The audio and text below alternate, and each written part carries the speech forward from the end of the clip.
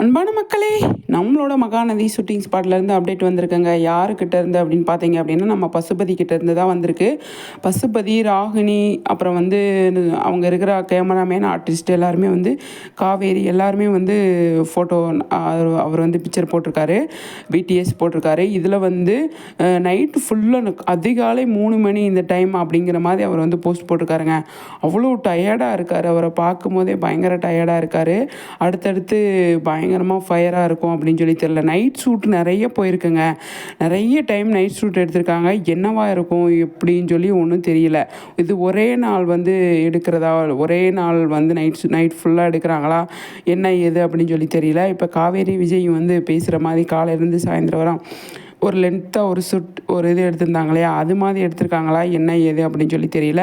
ஆனால் பசுபதி பயங்கரமாக டயர்டாக வந்து ஒரு அப்டேட் கொடுத்துருக்காருங்க. அவரை பார்க்கும் போதே பாவமாக இருக்குது. அந்தளவுக்கு சூப்பராக வந்து நைட் ஷூட் போயிருக்கு. மகாநதி நம்ம எதிர்பார்க்குறோம். பயங்கர அதிரடியாக எதிர்பார்க்குறோம். அதுதான் நடக்க போகுது அப்படின்னு நான் நினைக்கிறேன். நீங்கள் என்ன நினைக்கிறீங்கன்னு சொல்லிட்டு கண்டிப்பாக கமெண்ட்ஸில் சொல்லுங்கள், சரிங்களா?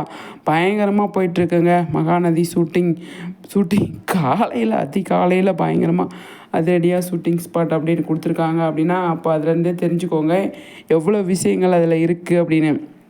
இப்போ வெண்ணிலா மேட்ரு இன்னும் முடியல, அதோட தொடர்ச்சி தான் எல்லாமே போயிட்டுருக்கு அப்படிங்கிறது ஒன்று இருக்குது. பார்ப்போம், சரிங்களா? அவ்வளோ இன்ட்ரெஸ்டிங்காக பயங்கரமாக போயிட்டுருக்கு மகாநதி. அடுத்தடுத்து அப்டேட் வந்துக்கிட்டே இருக்குங்க.